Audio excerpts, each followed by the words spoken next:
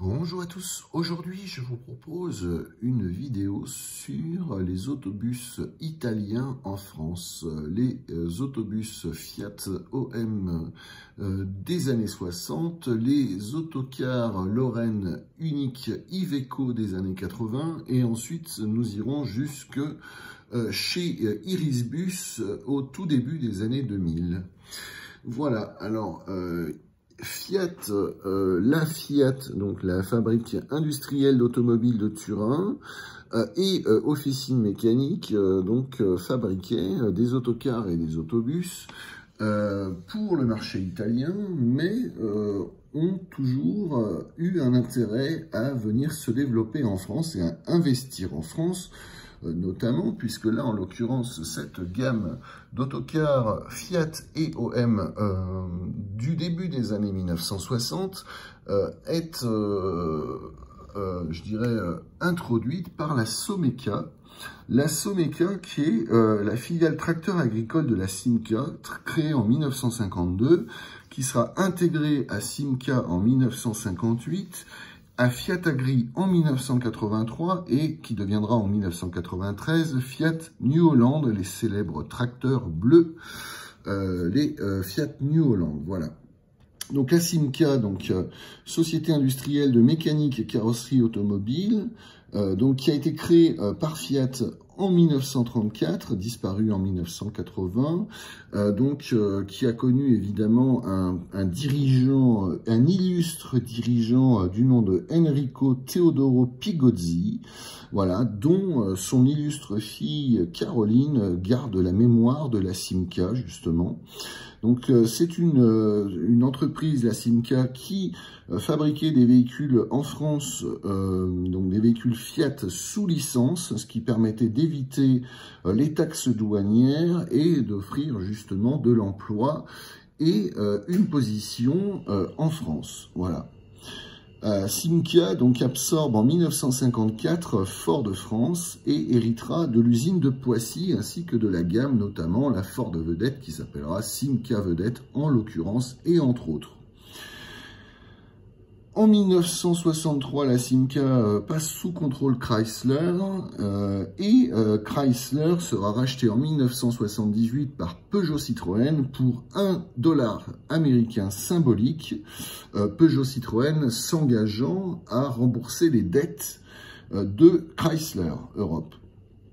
Donc la Someca, filiale tracteur agricole de la Simca, créée en 1952, intégrée à Simca en 1958 et en 1983 à Fiat Agri et en 1993 à Fiat New Holland. Je vous propose donc de découvrir les deux gammes d'autocars Fiat et OM. Alors il faut savoir que les véhicules Fiat seront tous à moteur horizontal, tandis que les OM, qui sont figurés en bleu, auront tantôt un moteur avant, tantôt un moteur arrière. Voilà. Donc, ce que je vous propose de voir, c'est la gamme Lupetto, là, les autocars Lupetto de 19 passagers. Donc, comme nous pouvons le voir, il s'agit bien d'un autocar sur châssis de camion, donc à moteur avant.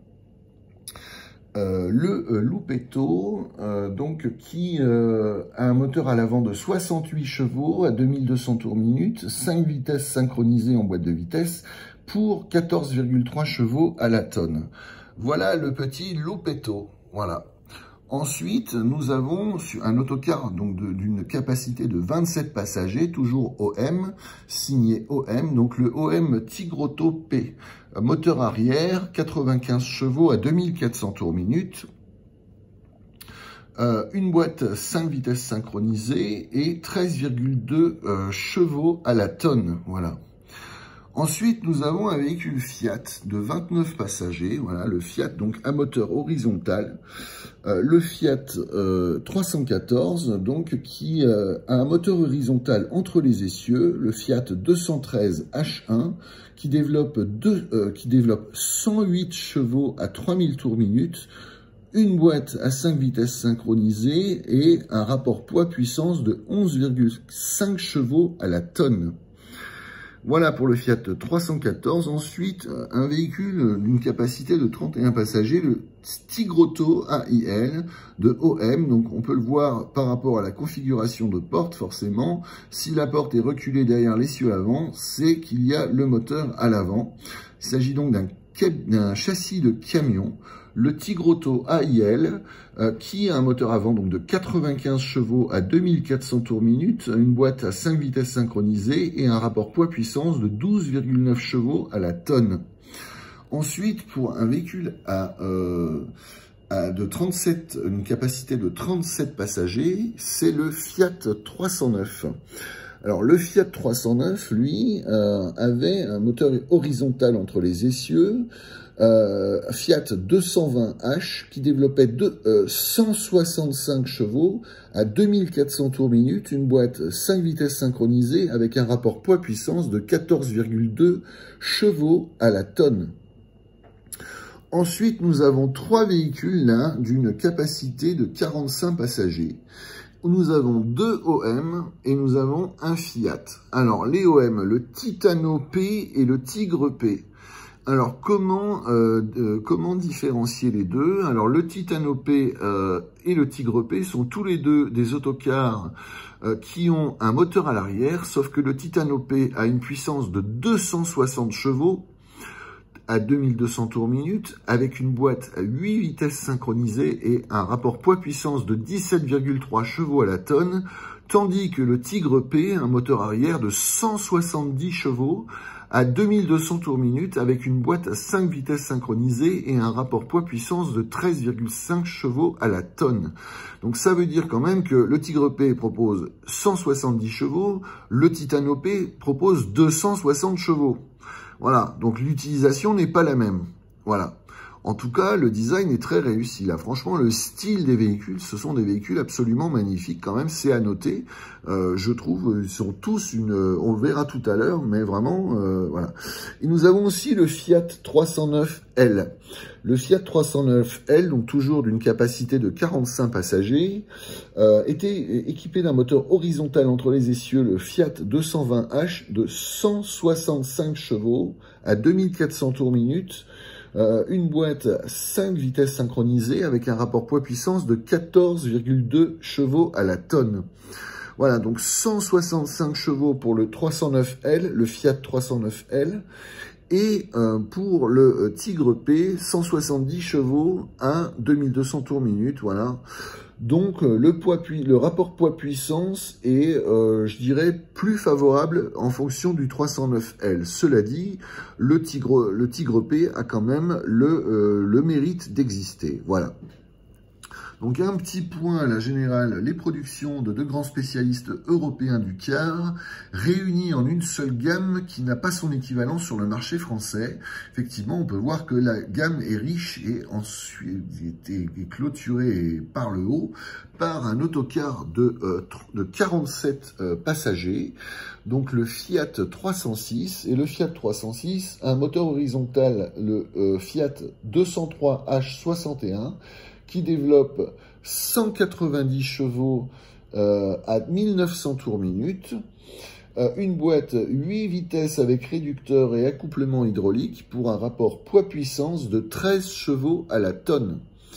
Voilà donc les caractéristiques des moteurs des véhicules, des autocars OM. Voilà, la gamme effectivement des véhicules, voilà, selon les capacités, et puis les caractéristiques des moteurs Fiat, voilà, en rouge. Voilà, donc une gamme d'autocars très complète pour justement proposer des véhicules qui sont très intéressants sur le marché français. Voilà, donc, alors ici, donc il s'agit d'un véhicule OM Loupetto, voilà, ici d'un OM Tigroto P, voilà, ici le Fiat 314. Ensuite, ici, nous avons le Fiat 309. Nous avons ensuite le 309L, situé ici. Voilà, le Fiat 309L. Nous avons le OM Tigroto qui se trouve ici. Le Tigroto AIL, pardon. Ensuite, nous avons le Tigre P qui se trouve là. Voilà.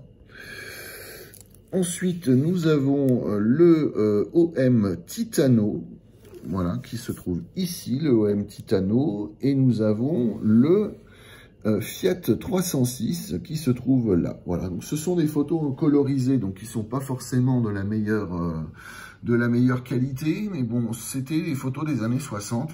On va trouver un autre document qui sera beaucoup plus intéressant. Voilà. Donc les autocars Fiat OM qui étaient proposés dès le début des années 1960 pour le marché français.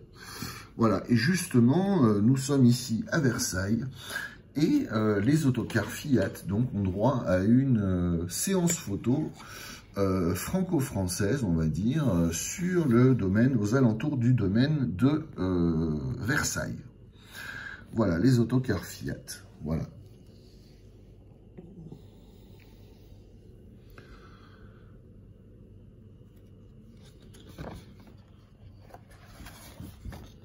Alors, nous avons plusieurs véhicules là qui sont disponibles. Donc, nous avons le Fiat 314, voilà, le Fiat 314 avec quelques équipements. Donc, ici, on voit le coffre pour les bagages à l'arrière, les soutes qui sont, les portes de soute qui sont ouvrantes à plus de 170 degrés. Voilà, donc un petit autocar de 29 places, voilà, très intéressant. Donc le Fiat 314, alors le Fiat 314, il a un moteur horizontal de 108 chevaux à 3000 tours minute, 5 vitesses synchronisées, voilà, et un rapport poids-puissance de 11,5 chevaux à la tonne. Ensuite, nous avons le Fiat 309, là, un petit autocar formidable avec des couleurs très sympas, voilà. Donc, un aménagement intérieur aussi très sympathique, là, vraiment. Il est lumineux, il est spacieux, il a l'air très confortable, voilà. Et une jolie photo colorisée, une jolie photo d'époque, voilà. Donc, un autocar de 37 places, voilà. Donc, le Fiat 309. Qui lui est équipé d'un moteur horizontal entre les essieux, donc le Fiat 220H de 165 chevaux, donc un moteur de 165 chevaux à 2400 tours minute, une boîte 5 vitesses synchronisée avec un rapport poids-puissance de 14,2 chevaux à la tonne. Ensuite, nous avons l'autocar 309L, le Fiat 309L, alors celui-là, c'est un autocar le 309L, c'est un autocar de 45 passagers. Voilà, comme il est bien précisé, 45 passagers. Le 309L a un moteur horizontal de le Fiat 220H, 165 chevaux à 2400 tours minute, une boîte 5 vitesses synchronisée pour un rapport poids-puissance de 14,2 chevaux à la tonne. Voilà, avec un détail de carrosserie, voilà, donc très intéressant, voilà, le chariot à batterie, voilà, et une carrosserie qui est signée par le maître carrossier italien Renzo Orlandi, voilà, donc c'est le mariage de l'élégance et de la robustesse, voilà, qui font du Fiat 309L un car de grande classe, dont le confort et la puissance sont les principaux atouts. Il convient parfaitement au réseau routier européen qui exige une mécanique très solide, alliée à une esthétique susceptible de s'intégrer à la beauté des décors naturels. C'est presque de la poésie, voilà. Et enfin, nous avons un grand autocar de 47 places, le Fiat 306. Le Fiat 306 qui est équipé toujours d'un moteur horizontal entre les essieux. Le Fiat 203H61 qui développe 190 chevaux à 1900 tours minute. Avec une boîte 8 vitesses avec réducteur et accouplement hydraulique pour un rapport poids-puissance de 13 chevaux à la tonne. Voilà, on peut voir une innovation là, la porte arrière battante et puis un marchepied qui est je ne sais plus comment on dit, enfin qui est rétractable. Voilà, un marchepied rétractable. Voilà l'autocar Fiat 306 qui propose un aménagement pour 47 passagers.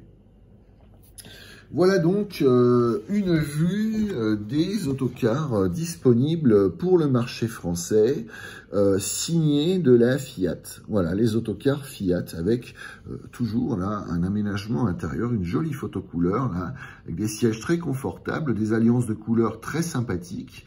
Voilà, très intéressant là.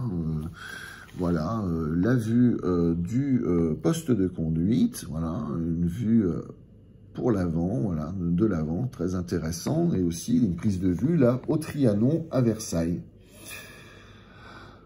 Voilà, donc c'est très intéressant de voir effectivement l'intérêt au début des années 1960 des gammes Fiat et OM pour le marché français. Voilà, c'est très intéressant. Ensuite,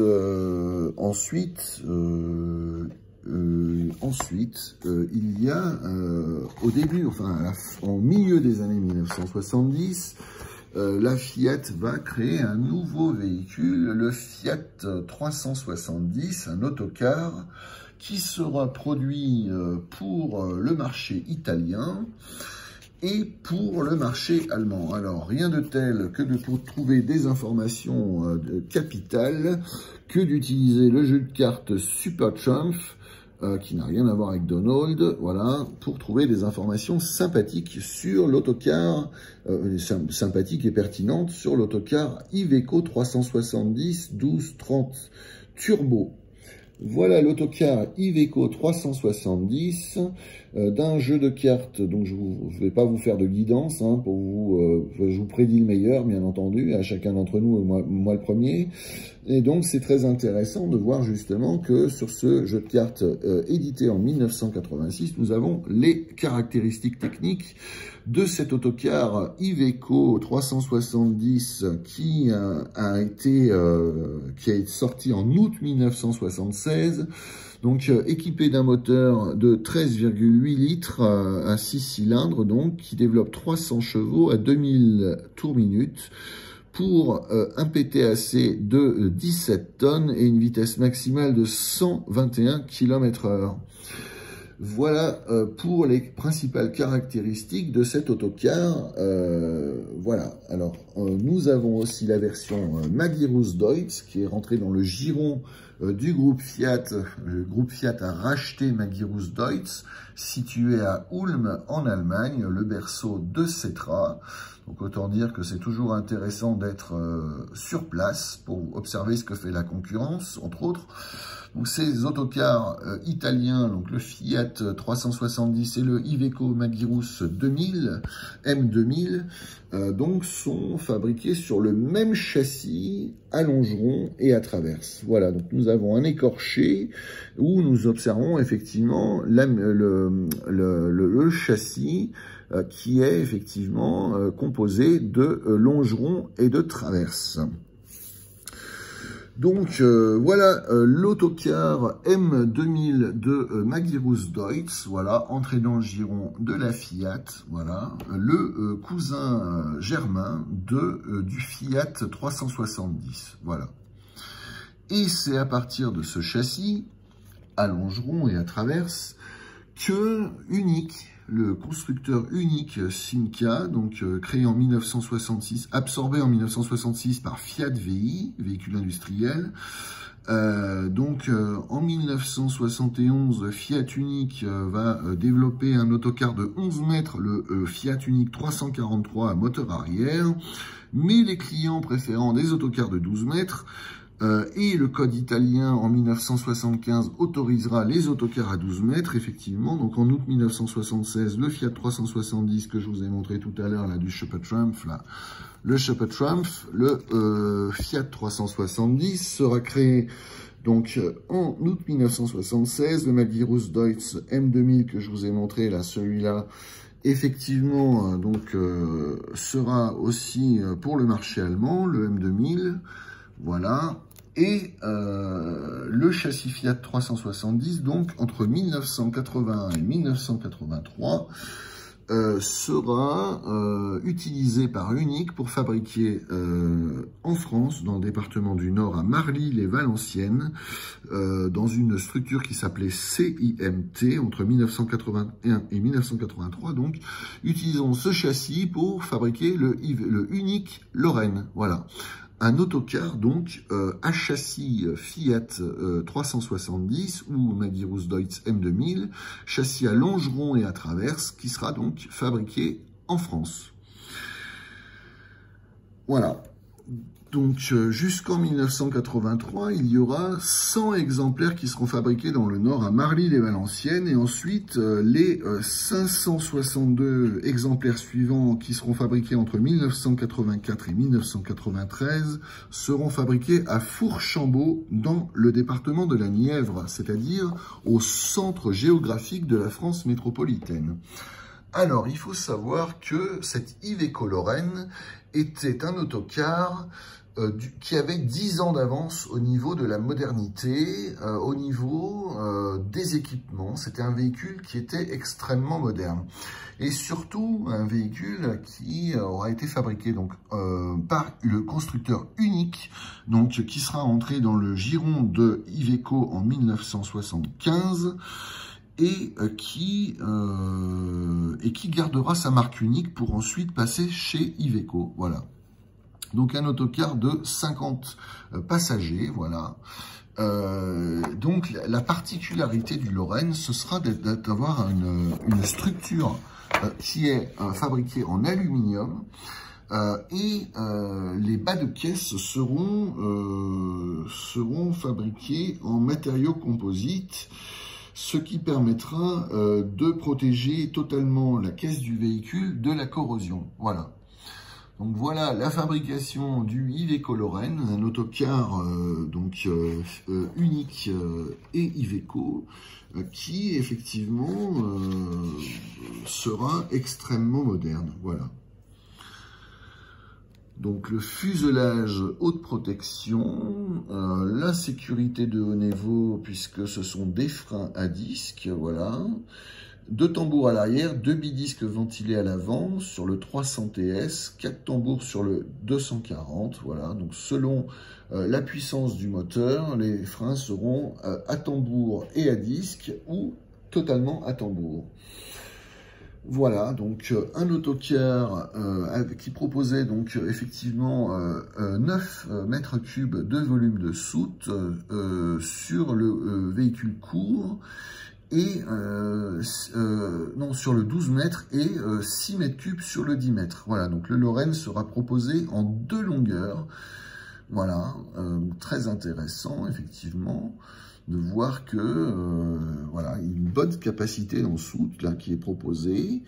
Le mode de propulsion là, donc le choix de la puissance, donc c'est 240 chevaux pour ligne régulière ou service mixte, et en version tourisme ou en version ligne de montagne, le Lorraine passe à 300 chevaux avec une boîte ZF à 6 vitesses synchronisées. Voilà, donc ce sont des motorisations parfaites pour l'autocar, surtout quand elles bénéficient des avantages du turbo. Et on verra d'ailleurs que les moteurs sont des moteurs extrêmement coupleux, puisqu'ils proposent un couple moteur entre 1300 et 1600 tours minute. 1300 et 1600 mètres kilogrammes. Voilà. Donc la suspension à coussin d'air, voilà, donc pneumatique intégrale, des valves de nivellement compensent les déformations de la route, évitent les sensations de tangage et assurent l'horizontalité du plancher. Quand il le faut, le Lorraine n'hésite pas à se rehausser sur sa suspension jusqu'à 8 cm pour franchir les cassis ou grimper sur les trottoirs. Dans tous les cas, le confort est plus grand, la tenue de route parfaite. Voilà, et l'intérieur, donc on est vraiment sur un intérieur extrêmement chaleureux, effectivement. Le Lorraine est un univers à part où il fait bon vivre. Le temps d'un voyage, il paraît toujours trop bref.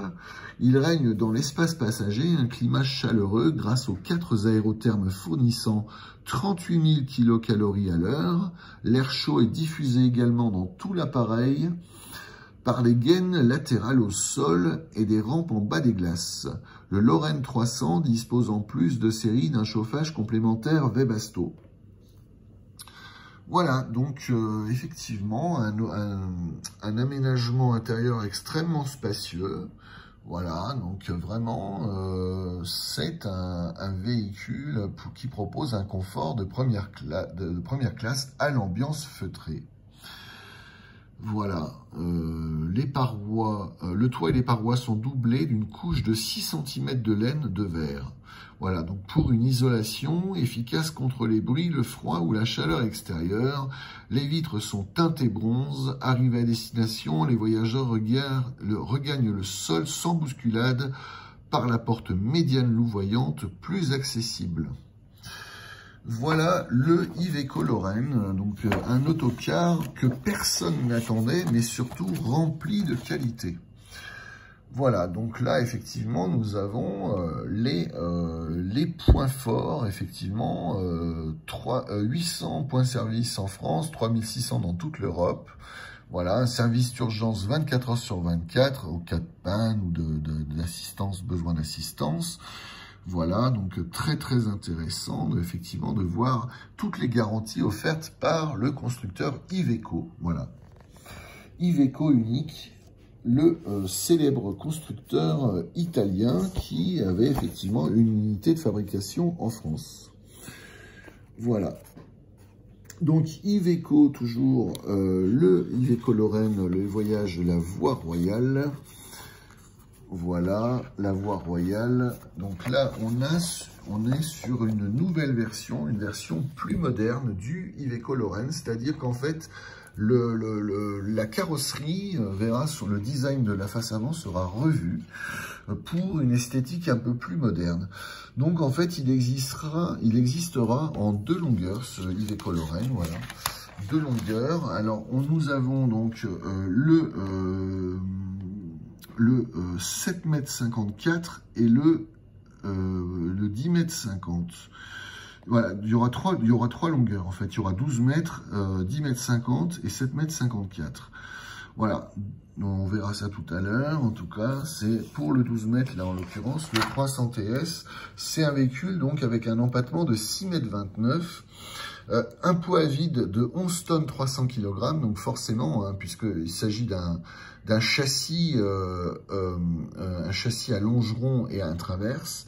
Voilà, donc c'est un véhicule qui proposera donc une longueur de 12 mètres, 51 sièges plus le conducteur, un moteur 6 cylindres en ligne de 137 d'alésage et 156 mm de course, pour une puissance de 304 chevaux à 2000 tours minute, un moteur quand même de 13,8 litres de cylindrée, pour un couple moteur de 122 mètres-kg à 1200 tours minute, une boîte ZF à 6 rapports et un réservoir de 300 litres.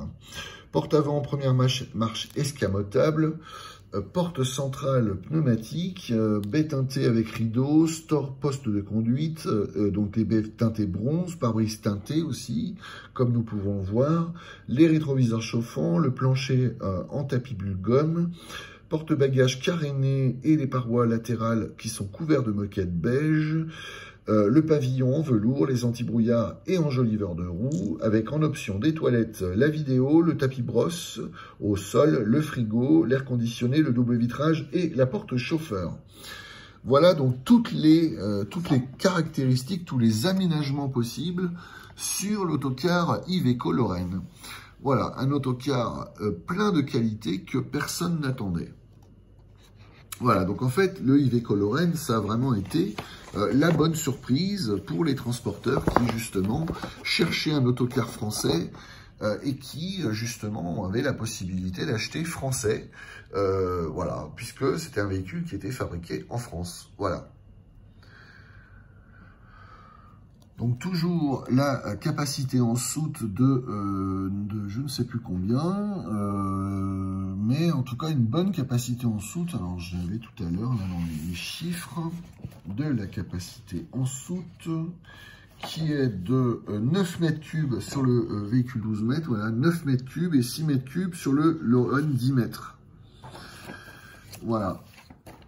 Donc là, nous avons effectivement une vue de l'intérieur, donc des sièges tout à fait confortables, avec une alliance de couleurs très sympathique, vraiment typée années 80, mais qui franchement, c'est très coordonné et très sympathique.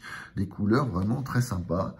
Et là aussi, une alternative, voilà, de couleurs, donc toujours un peu dans les mêmes tons, un peu plus clair, mais très intéressante aussi. Voilà, donc le Iveco Lorraine, qui était l'autocar fabriqué en France. Voilà, l'autocar Iveco fabriqué en France. Ce qui est très intéressant, c'est de voir aussi que toute une gamme de produits était proposée aux clients. Donc le A48 et le A4010, donc c'était des véhicules en fait sur une base de fourgon, le célébrissime Iveco Turbo Daily. Voilà, le fourgon tollé, là en l'occurrence vitré, rehaussé et aménagé en autocar avec des capacités de 16 à 21 places et des moteurs de 72 à 92 chevaux dignes. Très intéressant. Ensuite, un camion porteur carrossé spécifiquement en autocar ou pas. Donc là, on a trois possibilités qui gardent la cabine du camion dans le A5510 ou alors il y a le 140 CS et le 140 LS, toujours sur châssis à moteur avant, donc moteur de camion, voilà, qui propose justement entre 19 et 35 places, voilà, avec des moteurs de 100-139 chevaux, voilà, au choix. Et ensuite, nous avons des véhicules Lorraine, là, donc nous avons 170 S Lorraine, donc des véhicules à moteur de 170 chevaux turbo à l'arrière et qui proposent des capacités de 28 à 33 places assises. Voilà. Et enfin, là, nous avons toute une gamme d'autocars, là, entre 10 mètres, 10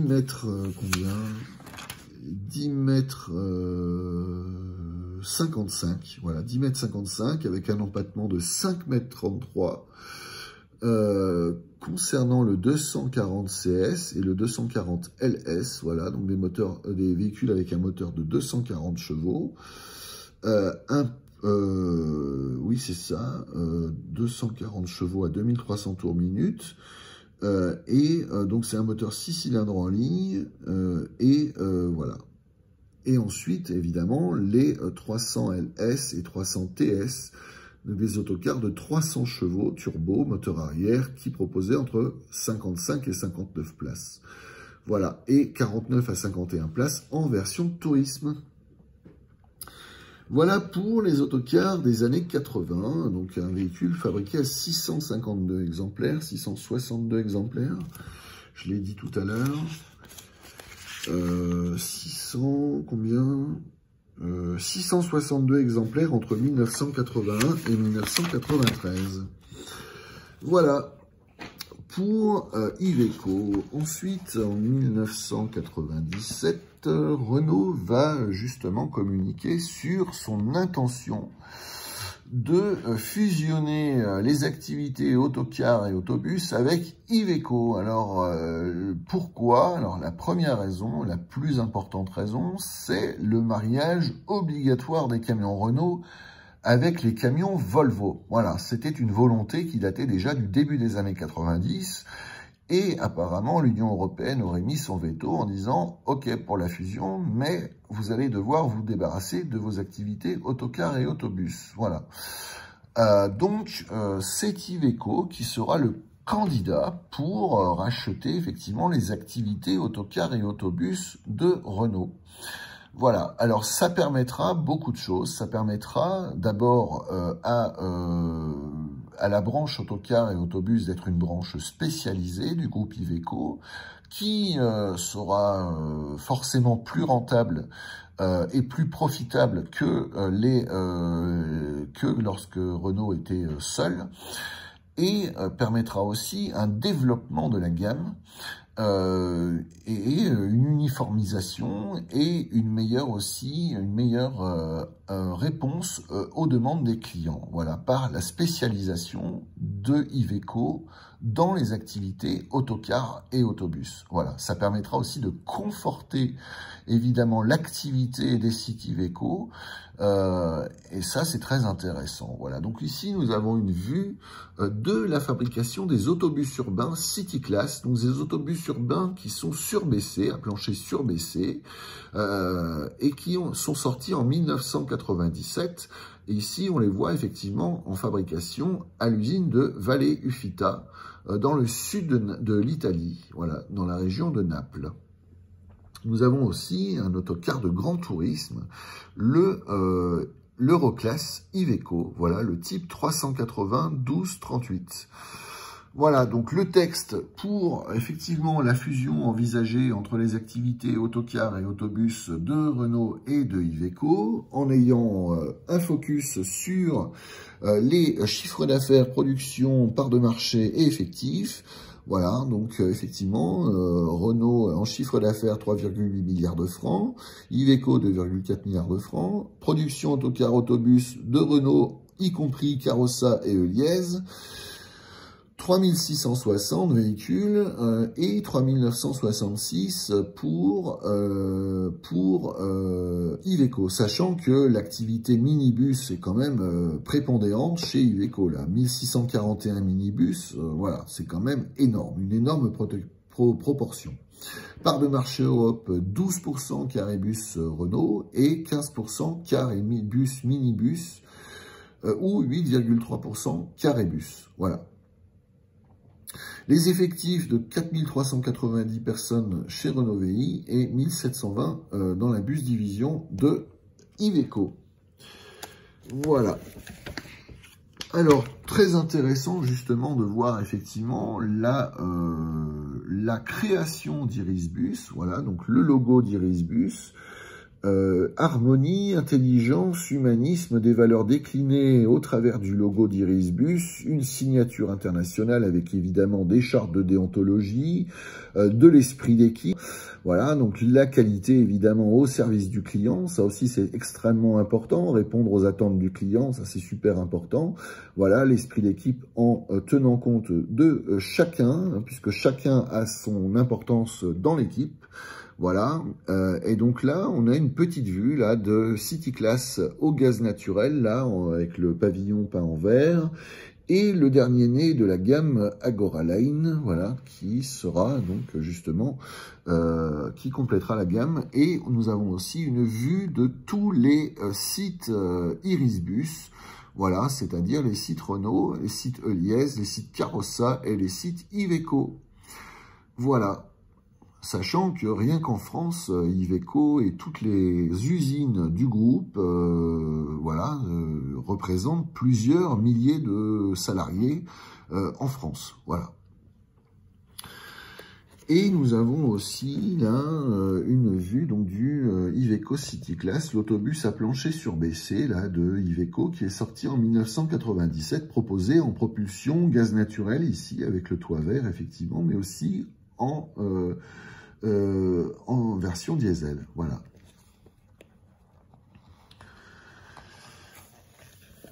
Alors là, nous avons justement là un petit point là sur les présentations au Midcar, je ne sais plus en quelle année. Nous avons effectivement un modèle Iveco, là, le Eurorider Castro Sua, de 290 chevaux, ou le Hispano, là, comme on le voit en photo, c'est le Hispano, qui est disponible avec un moteur de 350 chevaux. Et alors ça, c'est très intéressant parce que justement, c'est un véhicule extrêmement moderne et que je trouve absolument, enfin, un très beau design, vraiment une très belle carrosserie, voilà. Et nous avons aussi, là, donc là, nous sommes en 1998, apparemment, là, puisque c'est la sortie de Ares, le nouvel autocar, voilà. Et puis, nous avons au premier plan, là, monsieur un grand du transport et un grand de l'autocar et un grand de chez Renault qui deviendra le Chief Executive Officer de Irisbus, monsieur Hélios Pascual, qui malheureusement est décédé il y a peu de temps, voilà, qui était un grand homme, un grand dirigeant de chez Renault, voilà, qui deviendra aussi le président de Irisbus, voilà. Nous avons aussi quelques points là sur le Civis, là, très intéressant. Un concept de véhicule urbain en site propre de grande capacité, voilà, avec des moteurs roues à chaque roue, voilà, donc très intéressant, qui proposait des modes de propulsion, effectivement, en utilisant un moteur thermique, diesel thermique, qui était utilisé comme génératrice pour proposer la puissance, l'énergie nécessaire au moteur roue.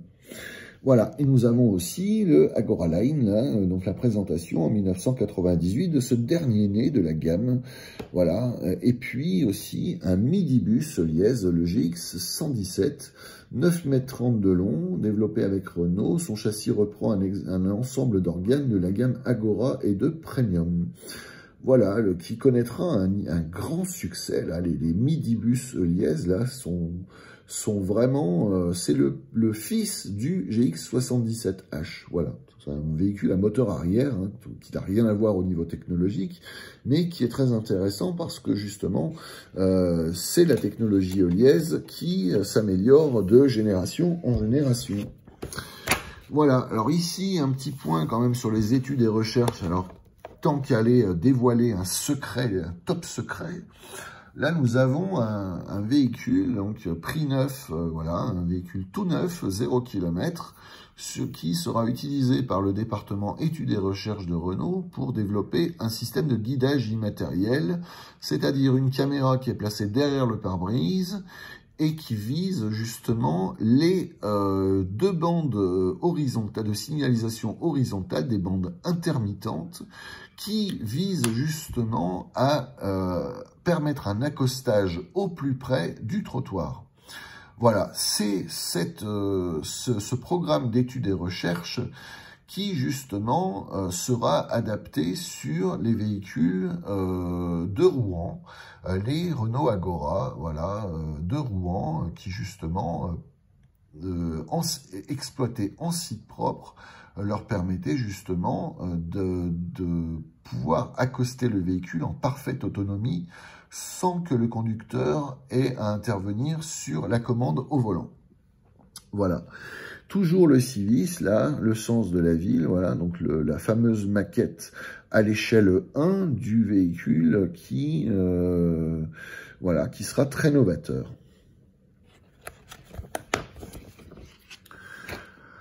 Alors justement, le Civis, là en l'occurrence, c'est la signature à Lyon, là, entre le président du Citral et le directeur commercial de Renault Véhicules Industriels, voilà, monsieur Daniel Naudin et monsieur, je ne sais plus comment il s'appelle, un illustre personnage, Christian Philippe, voilà, qui était le président du Citral, le syndicat mixte des transports pour le Rhône et l'agglomération lyonnaise.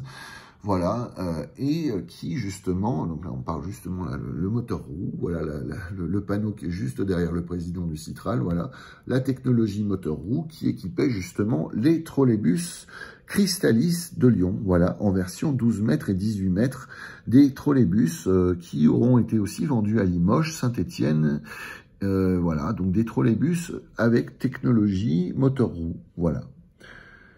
Donc des trolleybus équipés de perches de captage de l'électricité, effectivement, et l'énergie électrique sera transmise au moteur roue. Voilà, donc ce qui permet un véhicule 100% plancher bas à tous les accès, avec un minimum d'incursions mécaniques, c'est-à-dire les seules incursions sont le poste de conduite et les 4 essieux, enfin les 4 roues, voilà. Tout le reste, c'est une plateforme surbaissée. C'est une véritable innovation, évidemment. Alors, Irisbus, qui dit Irisbus, dit forcément l'alliance de toutes les gammes d'autocars et d'autobus de Renault et d'Iveco. Voilà. Donc nous avons effectivement un autocar Iveco, ici, un autocar de grand tourisme. Nous avons un autobus urbain City Class, voilà, le City Class de Iveco. Voilà, un autre autocar de ligne Iveco, voilà. Nous avons le Renault Ares, donc tous ces véhicules deviendront des Irisbus, bien sûr, hein, voilà, le nouvel autocar de ligne à moteur arrière, voilà, de Renault, donc qui deviendra le Irisbus Ares, et ensuite Irisbus Arway, je crois. Le GX 117, l'inénarrable midibus de 9,30 m, voilà, un petit autobus Iveco, et le Irisbus Agora, voilà, le Renault Agora, l'autobus urbain de Renault, qui évoluera justement avec un moteur Iveco qui proposera 245 chevaux et 290 chevaux pour les véhicules, les autobus articulés Agora, voilà. Donc 245 chevaux, donc avec une partie arrière, avec un compartiment moteur qui sera légèrement plus large que le Renault Agora, puisque la motorisation est totalement différente, avant, jusqu'à Euro 2, c'était les moteurs Renault, et à partir d'Euro 3, à partir d'octobre 2001, ce seront des moteurs Iveco, qui permettront aussi, puisque Iveco fera aussi du Renault Agora Euro 3 un autobus 100% plancher bas, puisque les Renault Agora Euro 1 et Euro 2 avaient encore une marche à l'arrière pour un plancher à 560 mm du sol à la porte arrière. Bien entendu, c'était des autobus à plancher bas qui étaient directement accessibles de plein pied aux portes avant et médianes. Mais Iveco réalisera cette prouesse, effectivement, avec la motorisation Euro 3 de 245 chevaux, de proposer un Renault Agora standard en version 3 portes, 100% plancher bas. Une véritable révolution pour le Renault Agora. Et on observe ici, effectivement, une perspective de l'Agora articulé muni du moteur Iveco de 290 chevaux et du nouveau portillon moteur qui cache justement la mécanique Iveco. Voilà. Enfin, il était quand même temps de vous présenter un concept de véhicule qui mènera à la conception du Civis. C'était le concept CitySight. Voilà, le CitySight, puissance du transport et souplesse d'exploitation. Il n'y a pas de réponse unique aux multiples besoins de déplacement en ville. Il ne faut donc pas opposer automobile et transport public, mais les considérer en complémentarité. Développé par Renault VI, le CitySight est un véhicule sur pneus voué à des lignes à fort trafic et à grande flexibilité d'utilisation et d'aménagement. Nouveau concept de transport collectif, CitySight combine les avantages du tramway et du bus. Voilà, donc un véhicule qui n'a jamais existé, qui mènera effectivement à la conception du Civis. Donc avec des dimensions longueur hors tout de 14,81 m à 22,91 m, avec une largeur hors tout de 2,50 m à 2,71 m, une hauteur hors tout de 2,85 m, un poids vide de 15 à 22 tonnes. Voilà, avec un nombre de places assises de 32 à 59 et nombre de total de voyageurs de 70 à 125. Voilà donc le design absolument ravageur du CitySight, voilà, qui à mon avis inspirera bien le Citral pour le physique de son tramway. Voilà. Voilà, et que c'est très intéressant de voir la girouette au-dessus de la porte médiane qui est très très large, qui est presque de deux modules presque, donc c'est des portes énormément larges. Voilà, la perche de captation, voilà, de l'énergie électrique. Et nous verrons dans le dessin de style qu'effectivement, donc là c'est juste le dessin, je préfère la maquette, je le trouve très moche ce dessin, mais bon, la maquette est mieux, voilà. Donc un autobus articulé, enfin un véhicule articulé, un moteur roue évidemment, et puis ce qui est très intéressant, c'est cette remorque technique à l'arrière. Voilà, donc ça c'est formidable. Je trouve que c'était vraiment un concept absolument ravageur, très intéressant. Et justement, on observe ici, voilà, la vue, une autre vue beaucoup plus intéressante, perche abaissée. Donc certainement une remorque qui devait contenir un moteur d'appoint ou des batteries pour justement permettre au véhicule de pouvoir se mouvoir indépendamment de la captation par perche. Voilà, donc encore ici, il a une vue du City Site. Alors profitons-en, parce que c'est un véhicule qui n'aura jamais existé, en tout cas pas dans cette configuration-là. Moi, je trouve que c'est un véhicule au physique absolument ravageur, et c'est pour cela que je vous le montre, parce que justement, c'était très intéressant de voir effectivement ce véhicule qui était vraiment, qui avait un physique absolument extraordinaire. Voilà, un véhicule qui n'aura jamais vu le jour et que je suis très très content de vous montrer. Voilà, on va quand même terminer la vidéo par le vaisseau amiral de Irisbus, le Magélis, le majestueux autocar, de toute nouvelle génération. Je ne sais plus quand est-ce qu'il est sorti, je crois au début des années 2000. Voilà, le monde comme vous ne l'avez jamais vu, voilà, donc vraiment, l'océan sans limite d'horizon, rien ne peut échapper aux passagers. Nous voyageons pour éprouver les sensations authentiques, un dépaysement vrai, les nouvelles technologies de communication, le confort, l'accessibilité, la générosité, le plaisir de la découverte, l'espace intérieur, s'ouvrir au paysage et aux autres, la qualité et les fonctions individualisées, que des atouts positifs pour ce nouvel autocar, le Magélis. Voilà, le majestueux autocar, l'autocar de grand tourisme, le meilleur, le haut de gamme de la gamme d'Irisbus. Voilà, le logo Irisbus, le dauphin, sur la calandre de l'autocar grand tourisme, avec un physique absolument ravageur, un design très déroutant, c'est-à-dire très réussi. Voilà, vraiment un très bel autocar. Voilà, le Magélis de Irisbus. Voilà, donc, formidable. Là, nous avons donc des vues de design absolument formidables. Hein. Voilà, un très beau logo, une très belle, très belle face avant. Voilà, donc là aussi, nous avons une perspective sur son terrain de chasse favori, c'est-à-dire une route de campagne transportant un groupe de passagers.